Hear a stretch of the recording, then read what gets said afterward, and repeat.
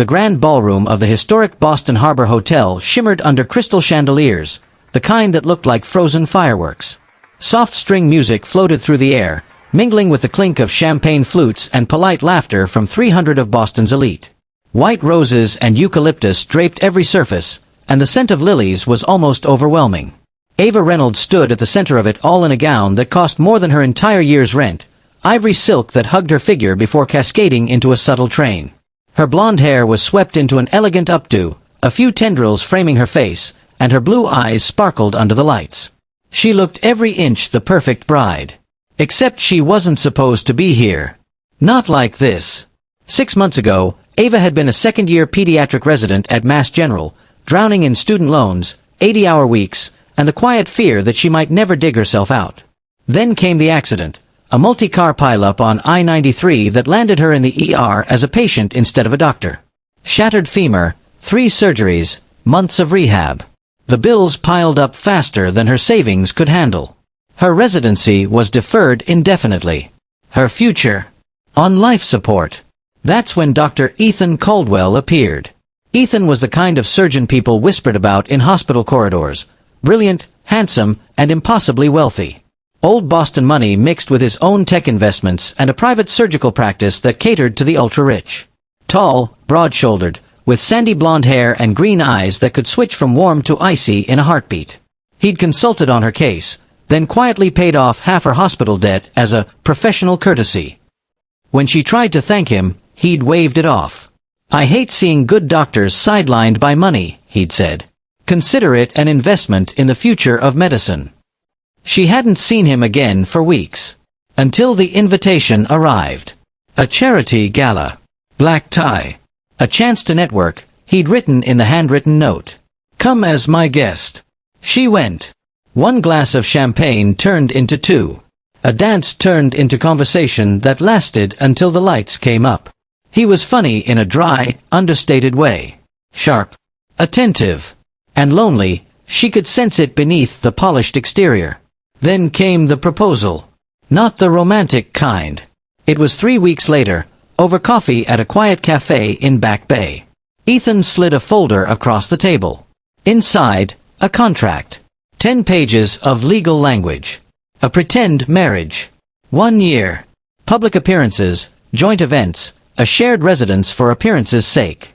In return, her debts erased, a generous stipend, and seed money to start her own pediatric clinic when it was over.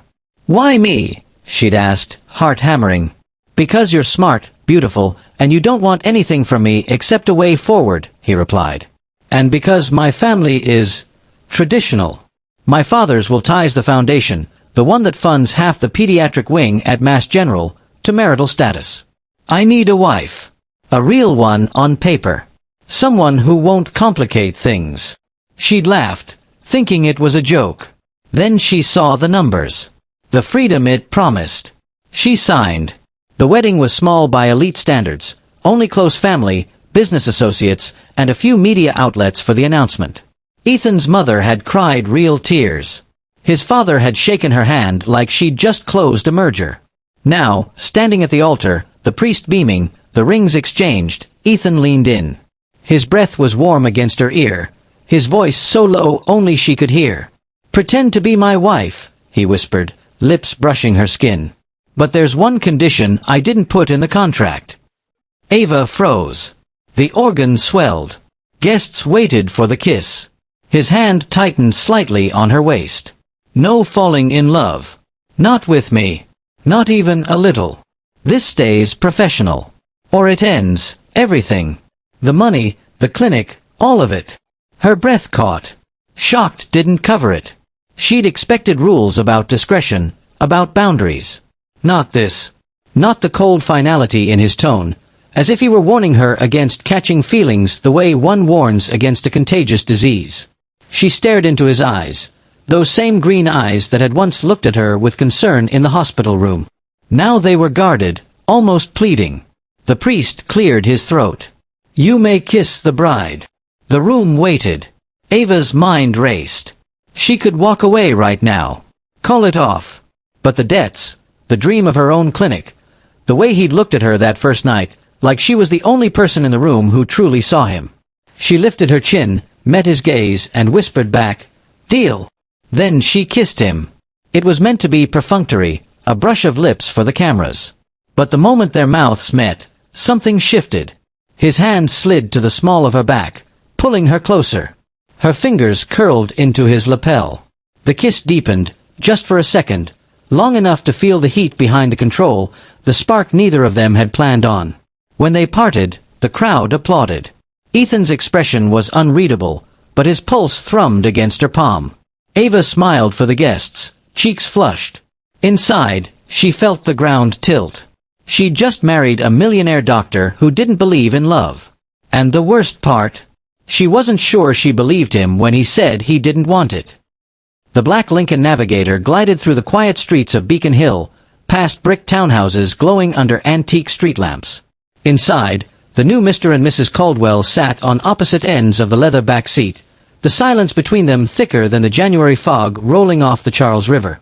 Ava stared out the tinted window, watching her reflection superimposed over passing brownstones.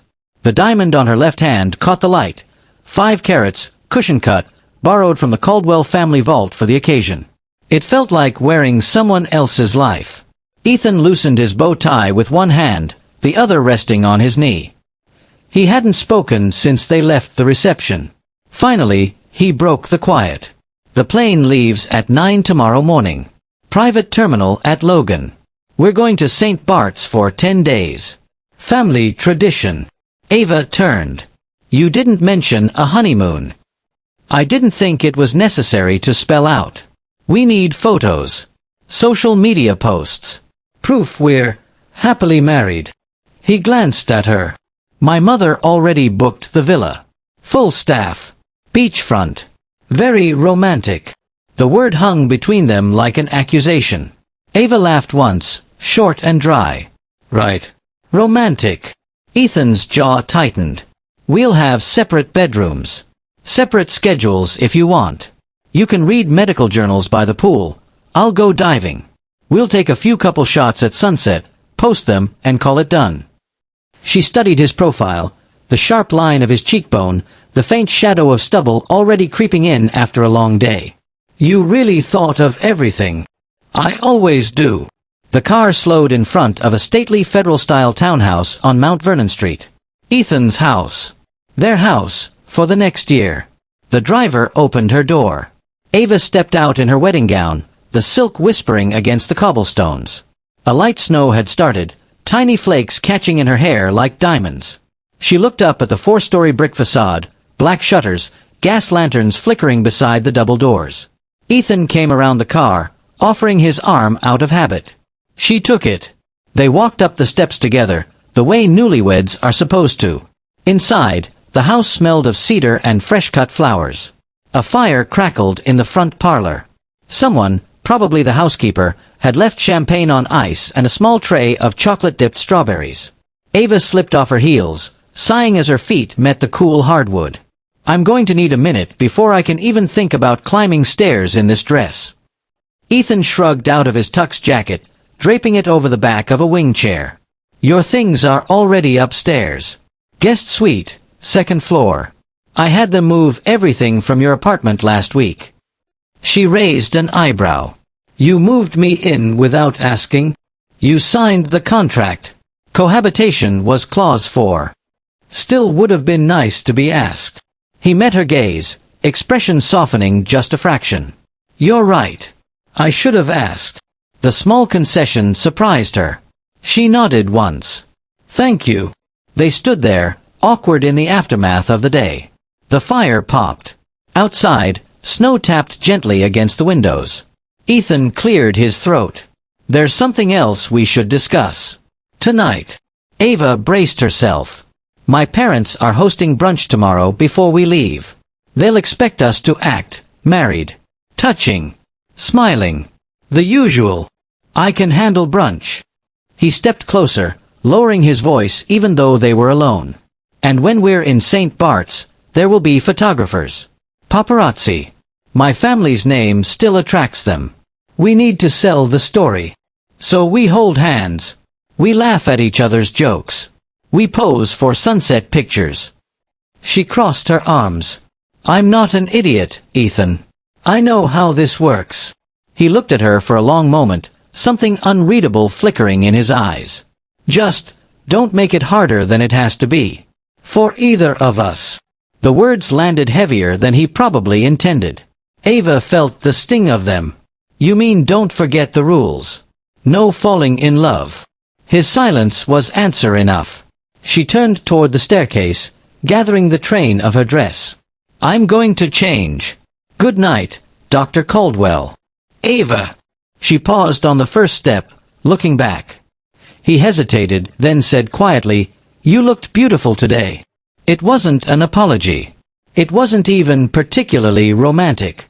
But the way he said it, soft, almost reluctant, made her chest tighten. She gave him a small, tired smile. You clean up pretty well yourself. Then she climbed the stairs, leaving him standing alone in the glow of the fire.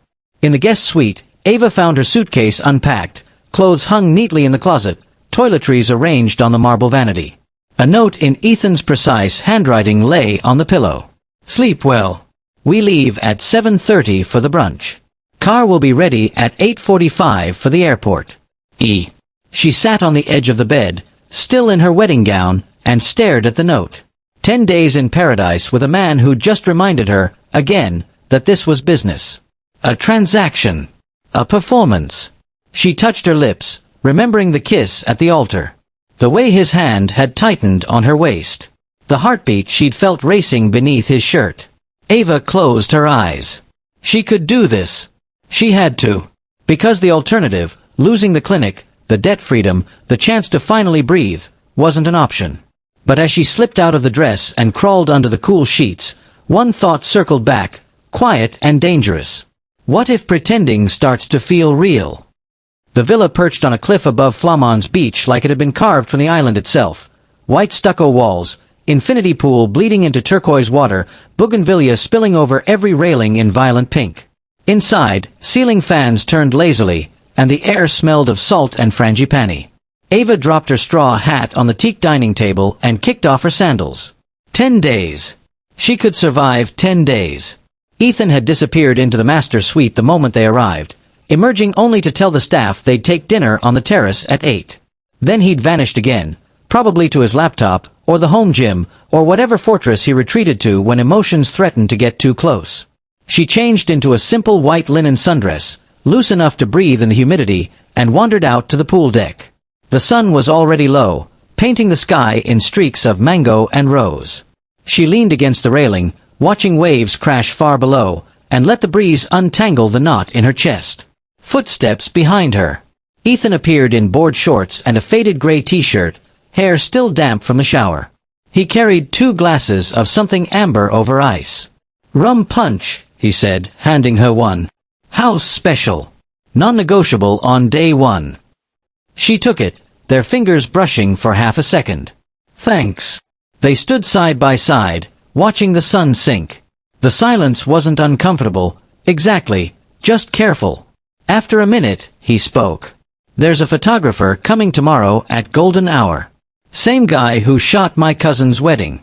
He'll get the couple on the beach shots we need. Sunset walk, hand-holding, maybe a kiss if it feels natural. Ava took a sip.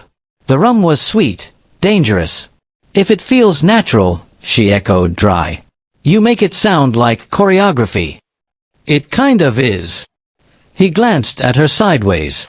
We can rehearse, if you want. Avoid any awkward fumbling in front of the lens. She laughed despite herself. You want to practice kissing your fake wife? His mouth twitched. I want the pictures to look convincing. There's a difference. She turned to face him fully. The last light caught the green in his eyes, made them look almost vulnerable. Fine. Let's practice. Ethan raised an eyebrow, surprised she'd called his bluff. Ava set her glass on the railing. Come on, doctor. Show me how a Caldwell kisses his bride for the gram. He hesitated only a second, then stepped closer. Not touching yet. Just close enough that she could smell the clean cedar of his soap mixed with salt air. Rule 1, he said quietly, we don't rush it. Paparazzi can smell performance a mile away. He lifted his hand slowly, brushed a strand of hair off her cheek. His fingertips lingered against her skin longer than necessary. Ava's breath hitched. "Rule 2, he continued, voice dropping, eyes open. Look at me like I'm the only thing that matters in this moment." She did. And damn it, it wasn't hard. He cupped the side of her face, thumb tracing the edge of her jaw. Then he leaned in, slow, deliberate. When their lips met, it was soft at first. Testing. A question. Ava answered by tilting her head, parting her lips just enough. His hand slid to the nape of her neck, fingers threading into her hair. The kiss deepened, turned hungry in a way that felt less like rehearsal and more like confession. Heat bloomed low in her stomach. Her hands found his chest, fingers curling into the soft cotton of his shirt. When they broke apart, both breathing harder than the humidity justified, the sun had slipped below the horizon. The sky was violet now, streaked with gold. Ethan rested his forehead against hers for a beat, eyes closed. That should work. Ava swallowed. Yeah. Convincing. He stepped back first, putting the safe distance between them again. Picked up his glass like nothing had happened. We'll do the walk tomorrow. Same energy. Maybe add a laugh at the end. People eat that up. She nodded, trying to steady her pulse. Got it. Dinner arrived, grilled lobster, mango salad, chilled Sancerre. They ate on the terrace under strings of fairy lights, talking about safe things. The pediatric wing expansion at Mass General, the latest research on neonatal sepsis, his upcoming conference in Miami. Neutral territory. After dessert, Ethan checked his phone. Photographer confirmed for 5:45 p.m. tomorrow. Sunsets at 6:12. We'll head down to the beach at 5:30. Perfect. She stood, smoothing her dress. I'm going to turn in. Long day. He rose too. Ava. She paused at the glass doors. He looked at her, really looked. Thank you. For today. For making this easier than I expected. The sincerity in his voice caught her off guard. She gave him a small smile. We're a good team when we're pretending. Something flickered across his face. Regret, maybe, or longing he wouldn't name. Yeah, he said softly. We are. She went inside, leaving him on the terrace with the empty wine glasses and the sound of waves. In her room, Ava stood under the shower until the water ran cool, trying to wash away the memory of his mouth on hers.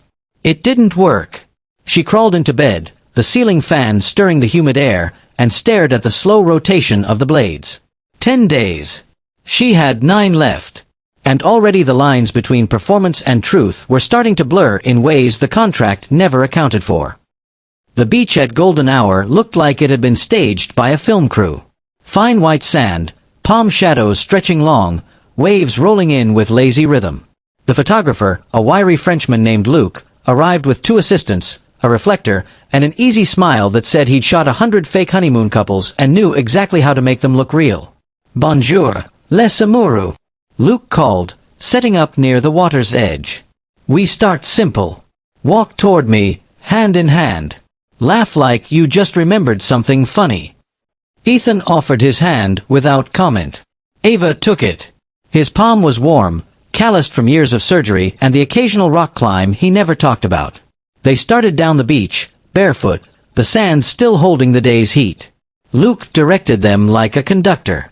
Closer. Chin up, Ava. Yes, that smile. Ethan, look at her like she's the sunset. Ethan turned his head. Their eyes met. For a second the performance slipped. He wasn't acting. The look was quiet, unguarded, almost tender. Ava felt her stomach flip. Good, good. Luc shouted. Now stop. Face each other. Foreheads together. Soft smiles. They did. Ethan's hand settled on her waist, light but steady. Ava rested hers on his chest. The wind lifted strands of her hair. He tucked one behind her ear without thinking. The gesture felt too natural. Perfect, Luc murmured, snapping away. Now the kiss. Slow. Romantic. Make it last. Ethan's gaze dropped to her mouth. Ready. She nodded, pulse loud in her ears. He leaned in. This time there was no rehearsal awkwardness. His lips brushed hers once, twice, testing, then claimed her fully. One hand slid up her back, the other cupped her jaw. Ava rose onto her toes, fingers threading into his hair. The kiss tasted like salt air and rum from last night and something dangerously honest. When they parted, Luke was grinning. Magnifique. One more. In the water, shallow, playful. Splash each other a little. They waded in. The water was bath-warm, lapping at their thighs. Ethan scooped a handful and flicked it at her. Ava laughed, real laughter, and retaliated. Water flew. He caught her wrists, pulled her close. Another kiss, wetter, laughing into it. Luke called it a wrap 20 minutes later. You two make my job easy. These will be stunning. As the crew packed up, Ethan and Ava walked back toward the villa in companionable silence. The sun had dropped. The sky was turning indigo. Their fingers were still laced together. At the bottom of the stone steps leading up the cliff, Ethan stopped. He looked down at their joined hands like he'd just noticed them. Ava felt the shift before he spoke. I need to tell you something, he said quietly. She waited. My father, he didn't just tie the foundation to marriage. Ethan exhaled, slow. He tied it to a successful marriage. 1 year minimum, no divorce, no separation. If the board, his old cronies, decide it looks like a sham, they can vote to redirect the funds. Away from pediatrics to cardiac research. His pet project. Ava's mouth went dry. So this isn't just about appearances. It's about keeping your mother's legacy alive. He nodded once. She started the pediatric wing after my sister died. Leukemia. She was 7. Mom never recovered. Dad promised her the foundation would always prioritize kids. Then he died and left this clause. Like he didn't trust me to do it on my own. Ava squeezed his hand. You never told me the stakes were that high. I didn't want you to feel trapped. His voice was rough. You already had enough pressure. But I'm asking now, really asking. Help me protect it. Not just for the contract. For the kids who'll end up in those beds if the money disappears. She studied his face.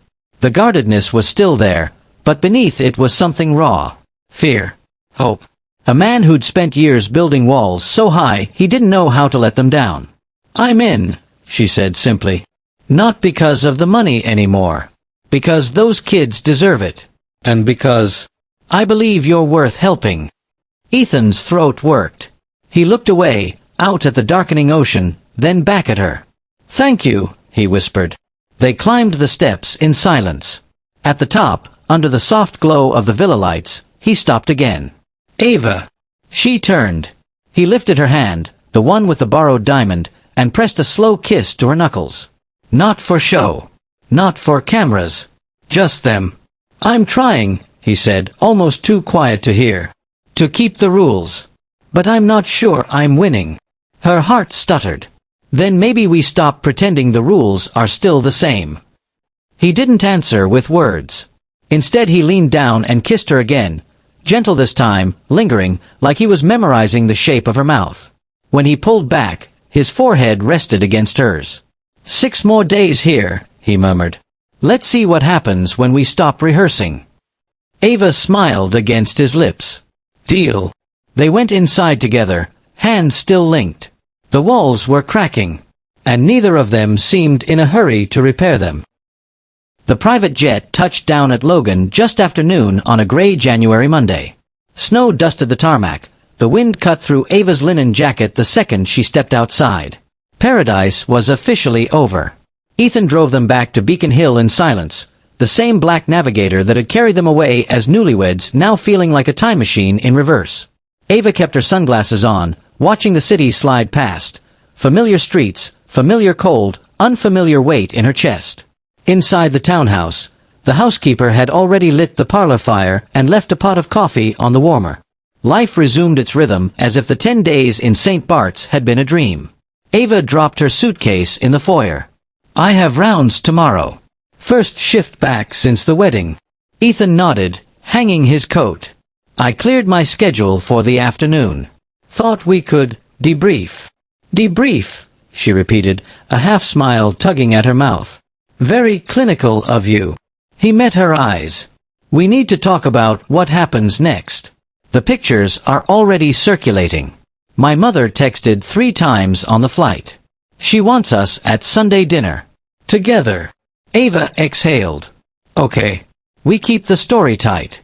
We're happy. We're in love. We're committed, he finished quietly. The word hung between them. She took off her sunglasses, finally. Ethan, about the last few days. Before she could finish, his phone buzzed. He glanced at it, expression tightening. It's the foundation board chair. He wants a meeting. Tomorrow. Ava's stomach dropped. Already. They're watching. Closer than I thought. He rubbed the back of his neck. There's a rumor circulating at the hospital. Someone saw us at the wedding reception and started asking questions. About how fast it all happened. About whether it's convenient. Convenient. The word stung more than it should have. So we double down, she said. We show up together. We act the part. He looked at her, really looked. Ava, if this starts feeling like too much, you say the word. I'll figure something else out. I won't let this ruin your career or your life. She stepped closer. I'm not running. I told you I was in.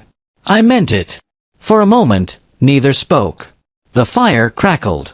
Outside, a plow scraped down the street. Then Ethan reached for her hand, threading their fingers the way he had on the beach. Come here. He pulled her gently into the parlor, sat on the edge of the leather sofa, and tugged her down beside him. Not performative. Not for cameras. Just them. I've spent years convincing myself I don't need anyone, he said, voice low. That feelings complicate things. That I'm better off alone. But these last 10 days, he shook his head. You got under my skin, Ava. And I don't know how to get you out. I don't think I want to. Her throat tightened. Then stopped trying. He lifted her hand to his lips, kissed her palm. I'm scared, he admitted, so quiet she almost missed it. Scared that if I let myself feel this, really feel it, and it falls apart, I'll lose the foundation. The kids. And you. Ava cupped his face, thumb brushing the line of his jaw. We're not going to fall apart. Not if we stop treating this like a transaction and start treating it like a marriage. He searched her eyes. You're sure? I've never been more sure of anything.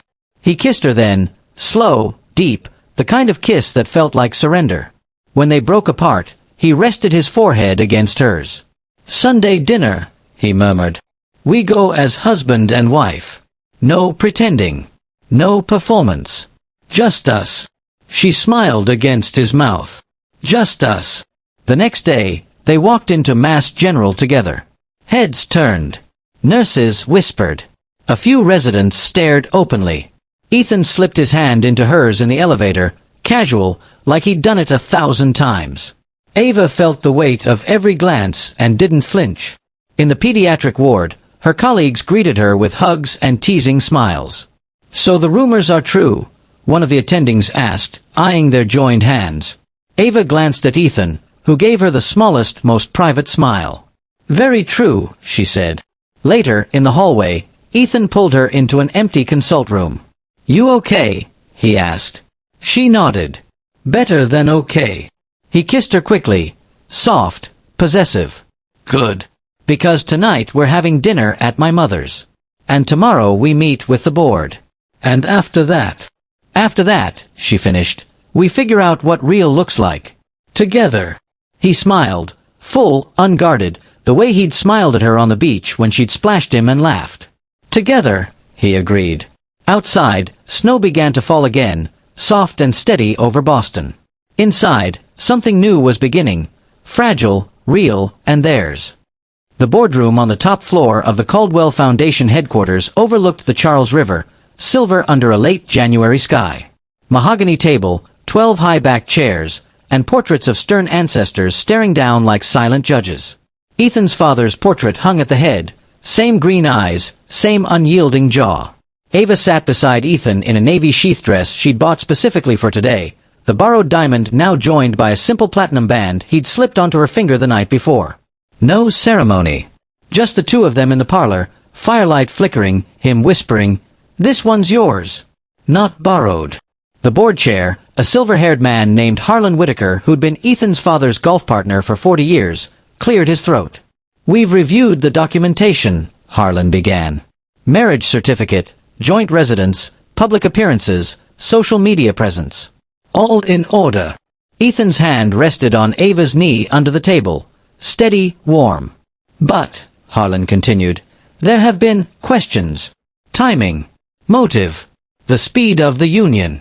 Some members feel it prudent to examine whether this marriage meets the spirit of the clause, genuine intent, mutual commitment, longevity." A ripple of murmurs. Ethan's mother, seated at the far end, sat straighter, her face pale. Ethan spoke before Ava could. "The clause doesn't require love letters or decades of history. It requires a legal marriage, cohabitation, and no dissolution within the first year. We've complied."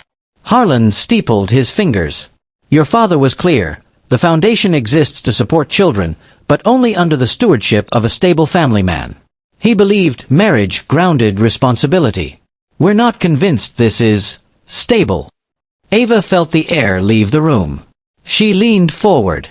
"May I speak?" All eyes turned to her. "I'm not from old Boston money," she said. "I grew up in a triple-decker in Dorchester with a single mom who worked double shifts as a nurse. I fought for every dollar of my medical degree. I know what it means to need help and not get it. That's why I became a pediatrician. That's why I'm here." She looked straight at Harlan. "This marriage started as a solution to a problem. I won't pretend otherwise. But somewhere between signing a contract and standing on a beach in St. Bart's, it stopped being a transaction. It became real." She turned to Ethan. His expression was unreadable, but his fingers tightened on hers. "I love your son," she said, voice clear and steady. "Not because of the foundation, or the house, or the name. I love him because he's kind when no one's watching. Because he paid off a stranger's hospital bills without asking for credit. Because he's terrified of failing the kids his mother promised to protect, and he's still fighting anyway. And because when he looks at me, I feel like the only person in the room who matters." Silence. Ethan's mother's eyes shimmered. Ava continued. "If you take the funding away, you're not punishing us. You're punishing children who haven't even been born yet. Children who'll end up in my ward with no one to fight for them the way Ethan fights for them now. So if you need proof of commitment, look at the last 6 weeks. Look at the photos. Look at us sitting here, side by side, ready to answer anything you ask. But don't look at the calendar and call it convenient. Call it brave." Harlan studied her for a long moment. Then he looked at Ethan. "Anything to add, Dr. Caldwell?" Ethan exhaled. "Only this. I spent years thinking love was a liability. Something that made you weak. My father taught me that. But he was wrong. Love isn't weakness. It's the reason I'm sitting here asking you to trust me with the legacy he built. Because I'm not doing this alone anymore. I'm doing it with her." He turned to Ava, eyes soft. "And I love her too." A beat. Then Harlan nodded once. "The board will deliberate," he said. "You'll have our decision by end of day." They left the room together. In the elevator, Ethan pulled Ava into his arms the second the doors closed. "You didn't have to say all that," he murmured into her hair. "I wanted to." He kissed her temple. "You're incredible." The call came at 4:17 p.m. The foundation was safe. The pediatric wing would continue. Unanimous vote. That night, they stood on the roof deck of the Beacon Hill house, wrapped in the same wool blanket, watching snow fall over the city lights. "No more pretending," Ethan said quietly. Ava leaned into him. "No more pretending." He turned her to face him, took both her hands. "I want this to be forever," he said. "Not because of any will or board or clause. Because I can't imagine doing this life without you." She smiled, eyes shining. "Then ask me properly." Ethan dropped to one knee on the snowy deck, pulled a small velvet box from his coat pocket, the same simple platinum band, now paired with a new diamond that caught every light in the city.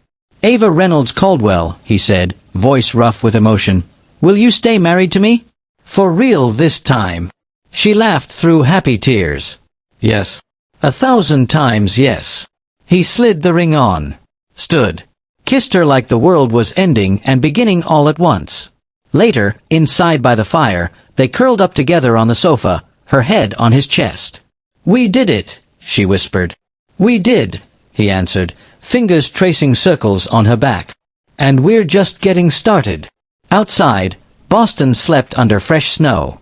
Inside, a marriage that began as a contract had become the truest thing either of them had ever known.